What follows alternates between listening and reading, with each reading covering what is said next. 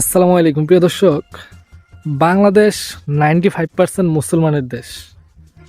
বাংলাদেশের সবচেয়ে বড় শত্রু ভারত বা ইন্ডিয়া নয়, বড় শত্রু দাড়ি টুপিওয়ালা মুসলমানরাই, অবশ্যই তারাই। জানি এটা শোনার পর আপনি আমাকে যা আসবে মুখে তাই বলবেন, গালি দিবেন, কিন্তু বাংলাদেশের সবচেয়ে বড় শত্রু ভারত নয়, বড় শত্রু দাড়ি টুপিওয়ালা মুসলিম। এটা যদি সত্যি না হয়, তাই যদি না হয়, পান থেকে চুন খসলে দাড়ি টুপিওয়ালাদের গ্রেপ্তার করে কেন? কেন গ্রেপ্তার করা হয়? আবার পছন্দের জিনিস কিন্তু এই দাড়ি টুপিওয়ালাদের রক্তই। দেশের জন্য যখনই রক্তের দরকার হয়, দাড়ি টুপিওয়ালাদেরকেই খুঁজে বের করা হয়। শাপলা বলুন, যাত্রাবালি বলুন, ওদের রক্ত ছাড়া কিছুই হয় না। এখন প্রশ্ন হচ্ছে, যারা রক্ত দিয়ে অভ্যস্ত তারা কারোর গায়ে আগুন দিতে পারে? উত্তর হবে না, পারে না। তাহলে আগুনের রাজনীতি কারা করে? কারা করে এই দেশে? 2004 সালে হোটেল শেরাটনের সামনে বিআরটিসি বাসে গান পাউডার দিয়ে আগুন লাগিয়ে 11 জনকে জ্যান্ত পুড়িয়ে মানুষ পোড়ানোর রাজনীতি শুরু করেছিল কারা?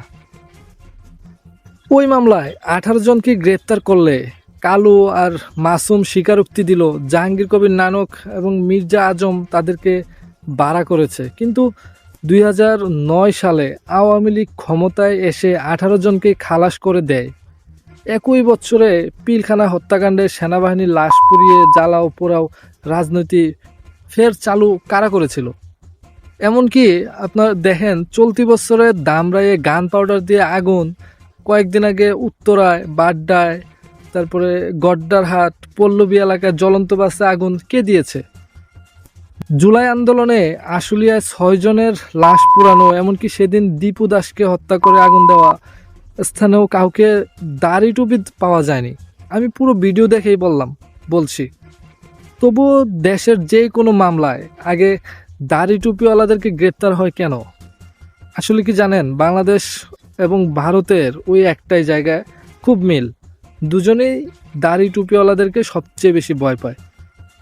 দেখেন, শেখ হাসিনার পতনের পর বলেছিলাম অ্যাজ এ মুসলিম, এখন থেকে মুসলিম হিসাবে দাড়ি টুপি মাথায় দিয়ে বের হতে আর ভয় থাকবে না। কিন্তু 2 বছর হলো না, সেই ভয় আবার ফিরে এসেছে। ভয় যেহেতু ফিরে আসলো, আরেকটা কথা বলে রাখি, ভয় যেহেতু ফিরে এসেছে, লিখে রাখুন, হাসিনাও ফিরতে দেরি হবে না। ধন্যবাদ। আসসালামু আলাইকুম।